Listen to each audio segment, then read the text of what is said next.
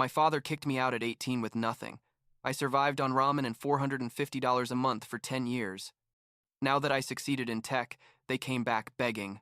I slammed the door, and when they threatened to sue me, I left them speechless. I'm 28 years old. I work in tech, and last week my parents showed up at my door asking for a place to stay. I shut the door in their faces. I guess that makes me a horrible son, according to half my family. But honestly, after everything that happened, I don't feel a single ounce of guilt.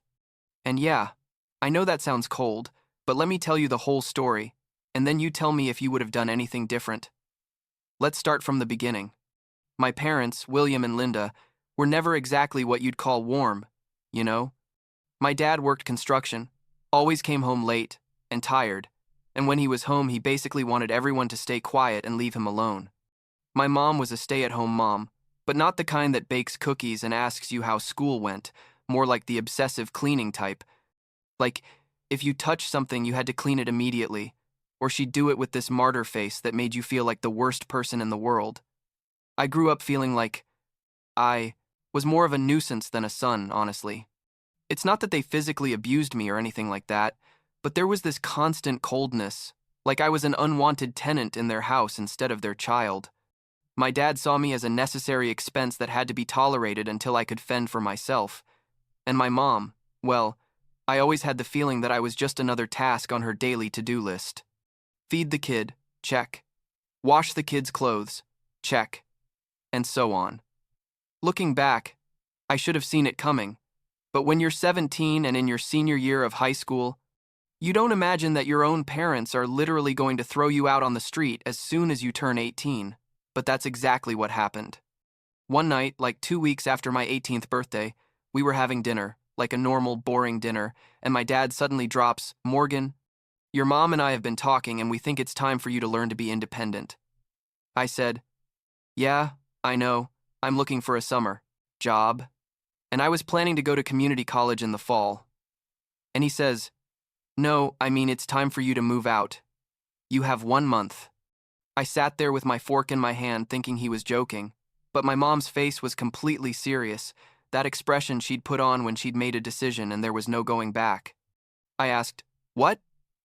Are you kicking me out?" And my dad said something like, "We're not kicking you out, we're preparing you for real life. We all have to fend for ourselves at some point." I reminded him that I had just graduated from high school 2 months ago, that I had no job or money or anything, and he just shrugged and said, "Well, you better start looking then." My mom wasn't even looking at me, just pushing food around on her plate with her fork, and that's when I realized they were completely serious. I got a job at a grocery store, like cashier for minimum wage, and found the cheapest studio I could. And when I say cheap, I mean literally a tiny room in the worst building in the worst neighborhood in the city, with cockroaches and pipes that made weird noises at 3 in the morning. It cost like $450 a month plus utilities, which was basically my entire salary. I had no furniture. I slept on an air mattress I bought at Walmart, and I ate ramen noodles and peanut butter sandwiches because that was all I could afford. My parents didn't help me with anything. They didn't even let me take the furniture from my room. My mom said that furniture belonged to the house, and if I needed it, I could buy my own. The day I moved out, my dad helped me load my stuff into his truck, like my clothes, my old computer, some personal things, and dropped me off at the building door. He didn't come up to help me carry everything up, just stayed in the truck with the engine running, waiting for me to get everything out, and then he left. He didn't even say good luck or see you soon or anything. Just, "See you," and took off. The first few months were brutal. I'm not going to lie. I worked full-time at the grocery store, sometimes did double shifts when I could get them, and basically survived day to day. I had no money to go out with friends, no money for almost anything really. There were nights when I'd lie on that air mattress staring at the water-stained ceiling and think, what did I do wrong? Why did my own parents do this to me? But then that thought would turn into rage, like a cold, hard rage, and I'd promise myself I was going to make it just to prove to them they didn't need me as much as they thought. Or, well, I don't know. Maybe it was more to prove to myself that I could do it. The thing is, that rage became fuel. You know? When I was 19, I got a second job washing dishes at a restaurant 3 nights a week. It was exhausting. Literally, I'd get to my apartment at midnight smelling like grease and industrial detergent, but I needed the extra money because I'd decided to enroll in community college. I took 2 classes per semester, the most I could afford and manage with my work schedule. I slept like 4 hours a night, if I was lucky. Cheap instant coffee became my best friend. There were times I'd fall asleep in the library between classes or on the bus on the way to work. My life was basically work, school, sleep, repeat. I had no social life, no time for anything else. Sometimes I'd see people from my generation on campus, laughing and going to parties, and I'd feel this weird mix of envy and contempt. They had parents paying their tuition, giving them money for gas and food, asking them how their classes were going.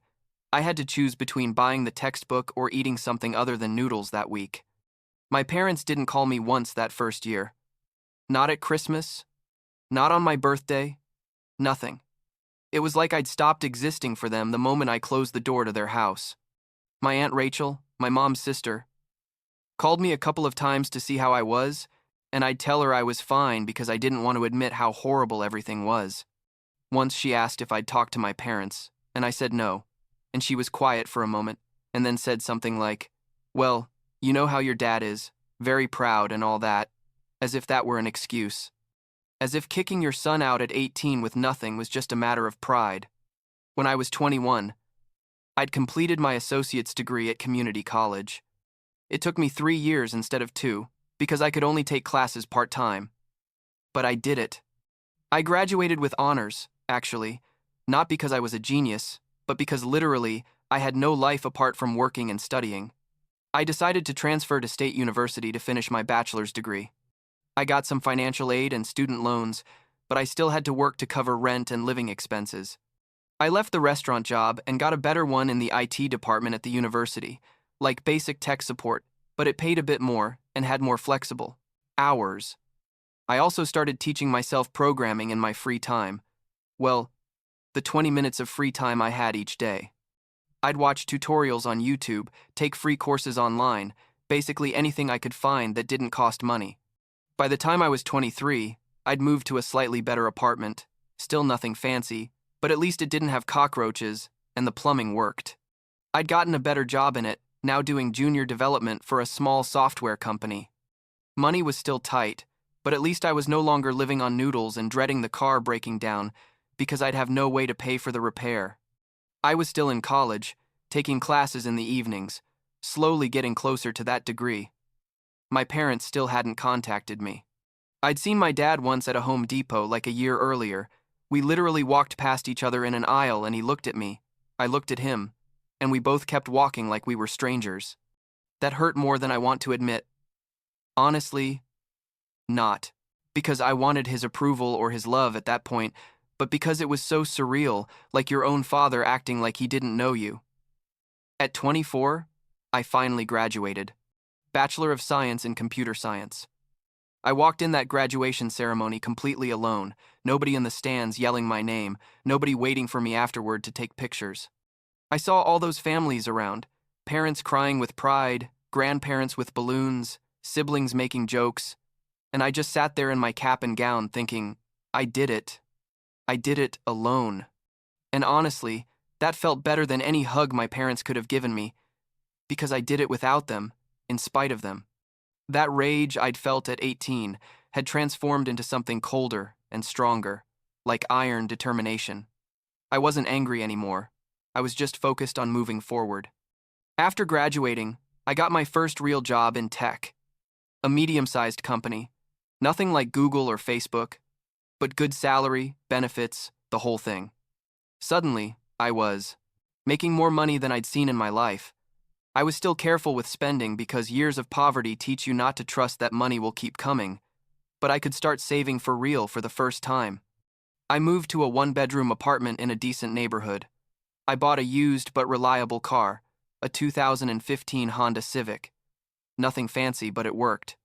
I started paying off my student loans aggressively because I hated having that debt hanging over my head. Life was finally starting to feel stable, you know? Like I'd come out the other side of something really horrible, and now I could breathe. At 26, I bought my first house. It's a small house, 2 bedrooms in a quiet neighborhood, but it's mine. When I signed the papers and they gave me the keys, I sat on the empty living room floor and just cried. I don't know why, honestly. I think it was just this release of all the pressure I'd been carrying for 8 years. From 18 to 26, I'd been surviving, fighting, working myself to exhaustion, and suddenly I was here, in my own house, that I paid for, with my own money that I earned with my own work. Nobody could kick me out. Nobody could tell me I had to leave. It was my space, completely mine, and that meant more than I can explain. During all this time, like those full 8 years, I didn't hear anything from my parents. Zero. My Aunt Rachel would call me from time to time, always with that awkward voice of someone who knows they should say something but doesn't know what. Once she asked if I'd be willing to talk to them, that maybe it was time to forgive and forget, and I told her very clearly that there was nothing to forgive because they'd never asked for forgiveness. And there was nothing to forget, because I remembered perfectly every single thing they put me through. She went quiet and changed the subject. My cousin Nathan, Rachel's son, sent me a message once saying I was being dramatic and that all parents kick their kids out eventually, and I replied, yeah, eventually, not at 18, with no warning or support, and blocked his number. So, we get to a few months ago, when I was 28. I was home on a Saturday afternoon, literally had just finished mowing the lawn and was having a beer on the porch, enjoying doing nothing, when my phone rang. It was my Aunt Rachel.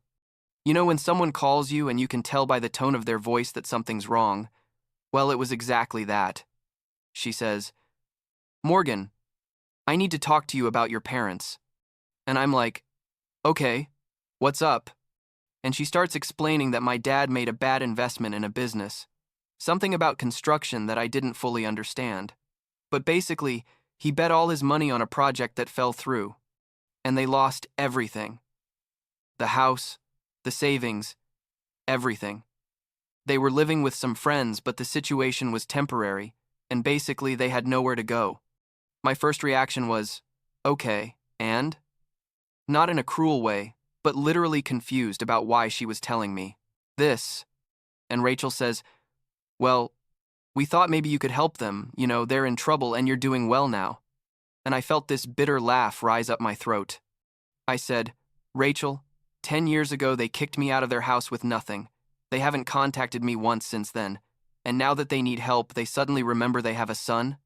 And she starts with the whole spiel about how family is family, that you have to forgive, that they're desperate.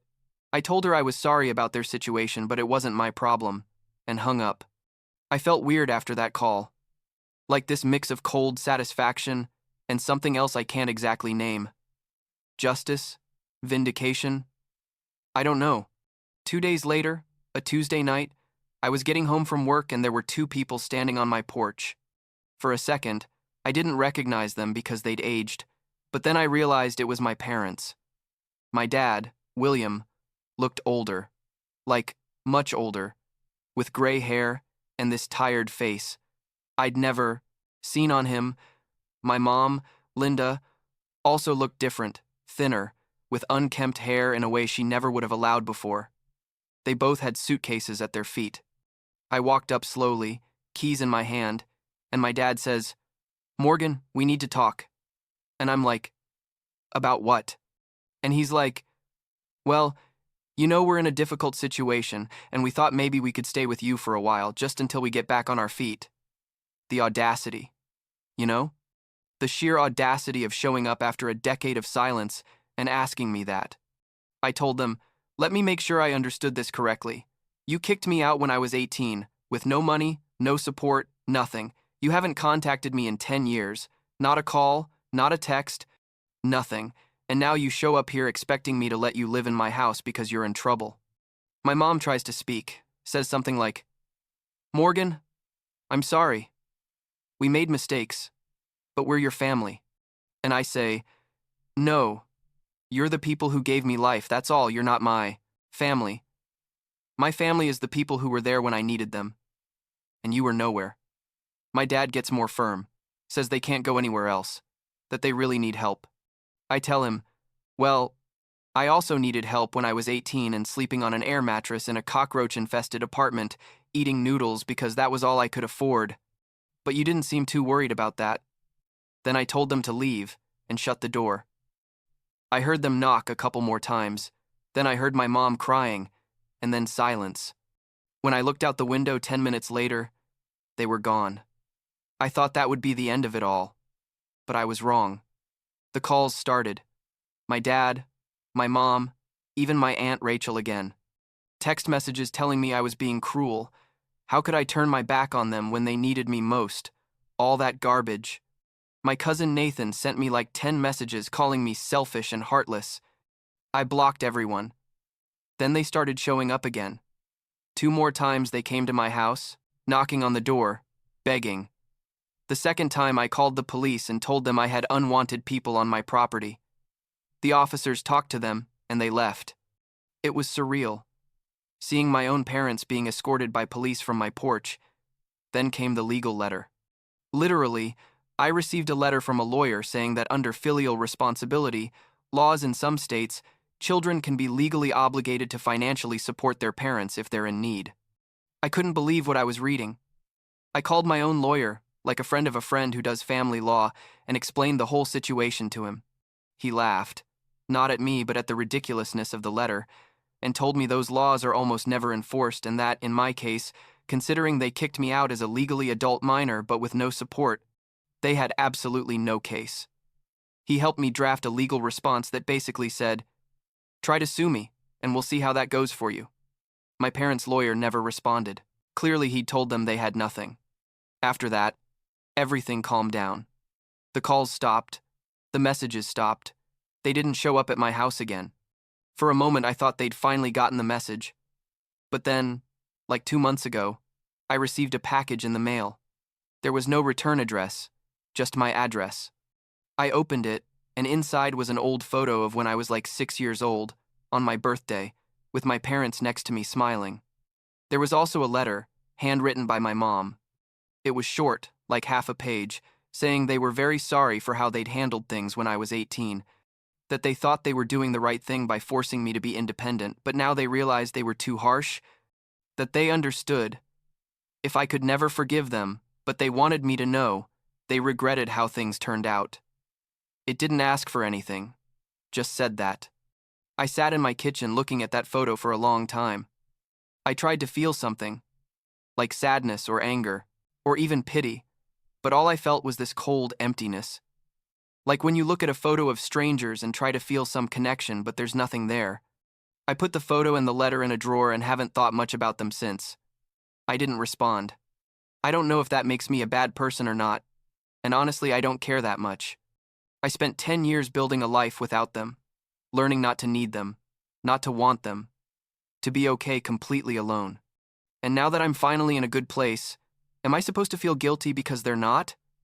My Aunt Rachel called me last week, again. I took the call because, I don't know, maybe I was feeling generous or curious or something. She told me my parents are living in a small apartment with help from some friends and the local church. My dad is working again, something in retail sales, and they're surviving but barely. She asked if I'd ever consider talking to them, not necessarily helping them financially, just talking. I told her I'd think about it. But honestly, I don't think I will. There's something liberating about closing that door, you know? For so long, even when I was building my life, there was this part of me that was still angry with them, still waiting for something from them, recognition or an apology or I don't know what. But now I just don't feel anything. It's like that part of my life, those first 18 years, belonged to someone else. I'm the person I built after, from scratch, without their help and in spite of their rejection. Sometimes I wonder if I made the right decision. Not because I think I should have helped them, but because I wonder if this emptiness I feel is normal or healthy. I have a good life now, like really good. Good job, good house, some close friends. I've been seeing someone for a few months and things are going well. I'm thinking about adopting a dog. Life is quiet and stable, in a way I never thought would be possible when I was 18, and sleeping on that air mattress. But there are days when I think about that photo, about those two strangers who technically gave me life, and I wonder if there's any version of this where we could have had a relationship. But then I remember the night they told me I had 1 month to leave. I remember the years of silence. I remember how alone they left me. And that thought goes away. The other night I was on my porch again, having a beer after a long day at work, looking at my little garden I've been trying to keep alive, and I thought about how much everything has changed. 10 years ago, I was at the worst moment of my life, scared and alone, and with no idea how I was going to survive. Now I'm here, in a house I bought, with a job I love, surrounded by things I chose and built for myself. My parents weren't part of any of my successes. They weren't there when I graduated from community college, or when I got my first real job, or when I bought this house. They weren't part of anything good in my life since I turned 18, so why should they be part of it now? I guess what I learned from all this is that family isn't just blood. Family is the people who are there when you need them, who support you when you're at your worst, who celebrate with you at your best. My parents didn't do any of those things. They were parents out of obligation until they legally didn't have to be anymore, and then they just let me go. And now that I don't need them, that I built something without them, I don't see why I should feel obligated to rescue them just because we share DNA. Maybe that sounds cold. It probably is. But after everything I went through, I think I earned the right to be a little cold. I still have that photo in the drawer.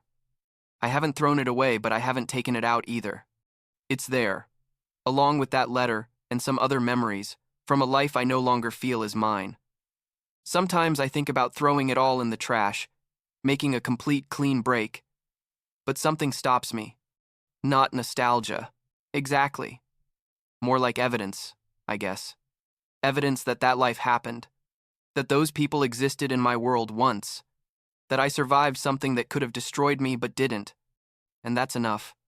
I don't need anything more from them. I don't need their apology or their approval or their love. Not anymore. I built something better without them. And that, at the end of the day, is the best revenge and the best victory. Simply being okay. Being more than okay. Without their help.